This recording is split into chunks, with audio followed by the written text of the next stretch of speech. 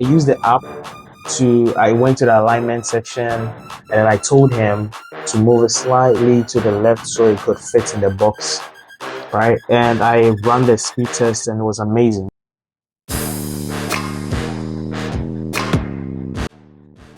Alright guys, so as you can see, let me turn on the flash. As you can see, this is the router. That is the connection to the power adapter. This should be the power adapter, right?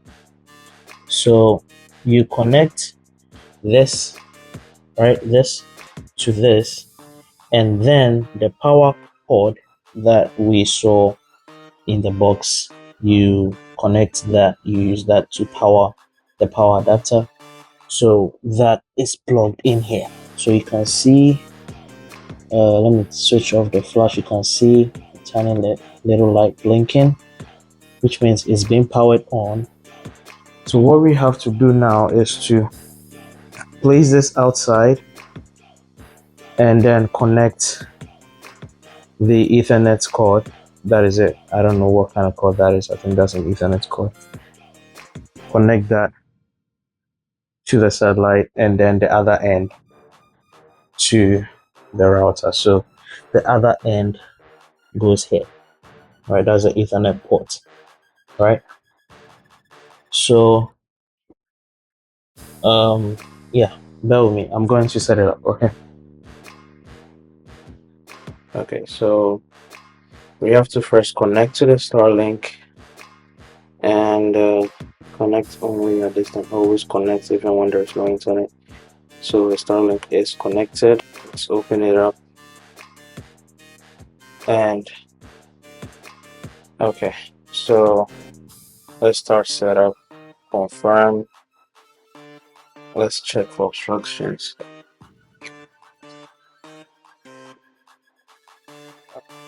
If this thing is going to work, because obstructions are heavy.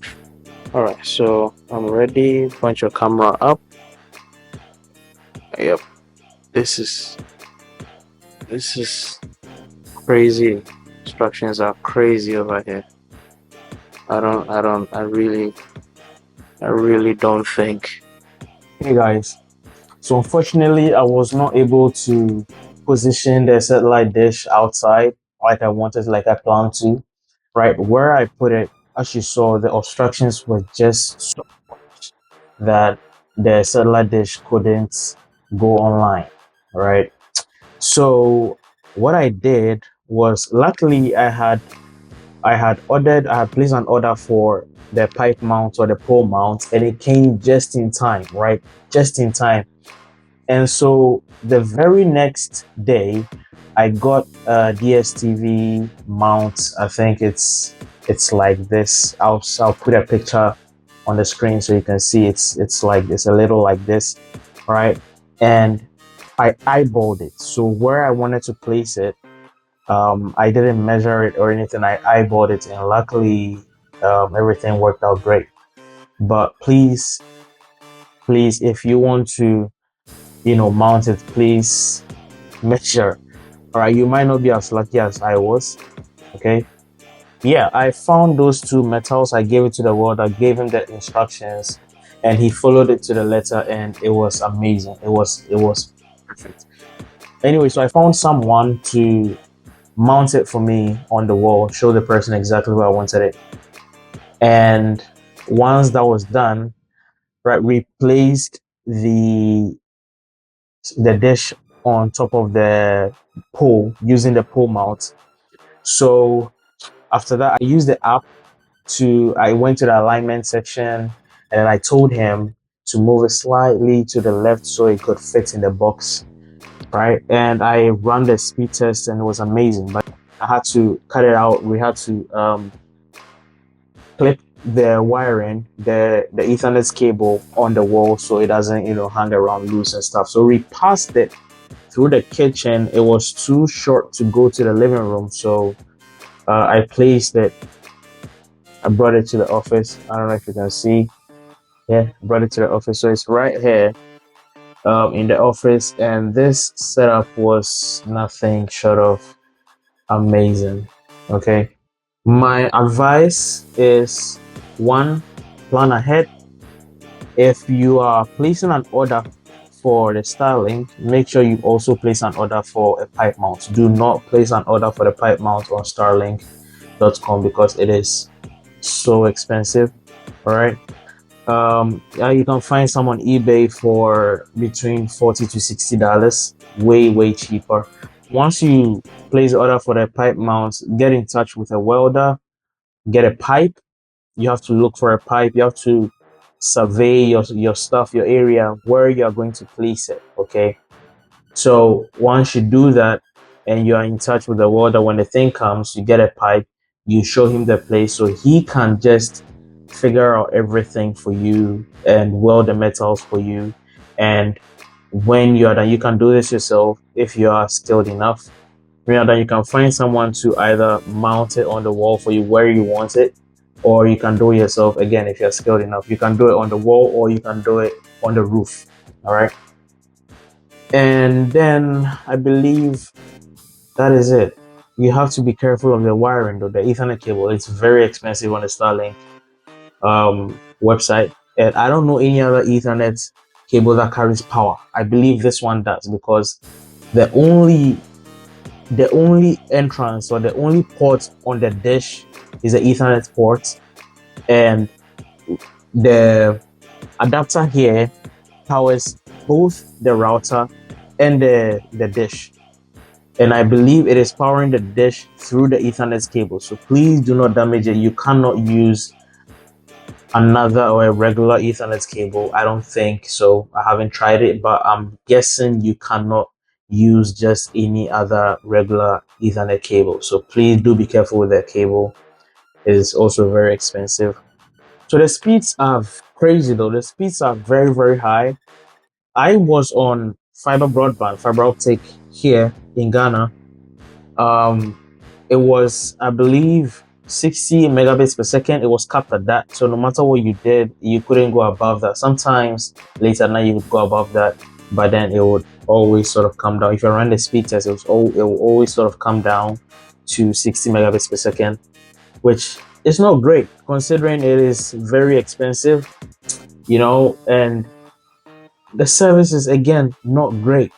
Okay, especially Vodafone's or now Telecel, it's not great at all. Crappy service. MTN was a bit okay. Was okay. It usually didn't give any problems. It doesn't go offline and all that. Right. But anyway, this mind blown. The speeds I'm getting are crazy.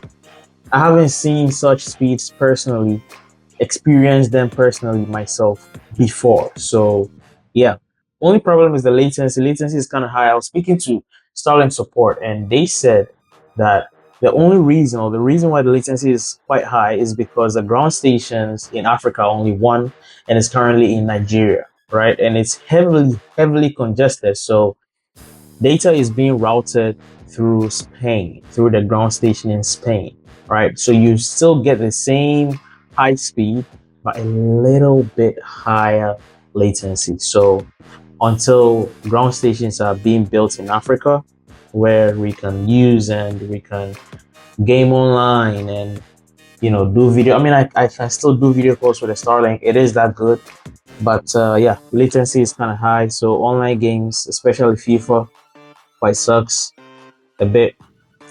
So that's been my review of the Starlink. Setting it up was quite easy.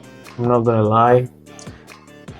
Yeah, I mean everything is easy once you plan for it. So please follow the steps, follow the plans if you want to have an easy experience. Always, if plan ahead. If you have a compound, a big compound, or I think what we call a secret roof. I haven't confirmed it yet, but I guess they call it a secret roof. The one that does not have the roofing sheet like this, but it's sort of plain um, cement or whatever it's called, right?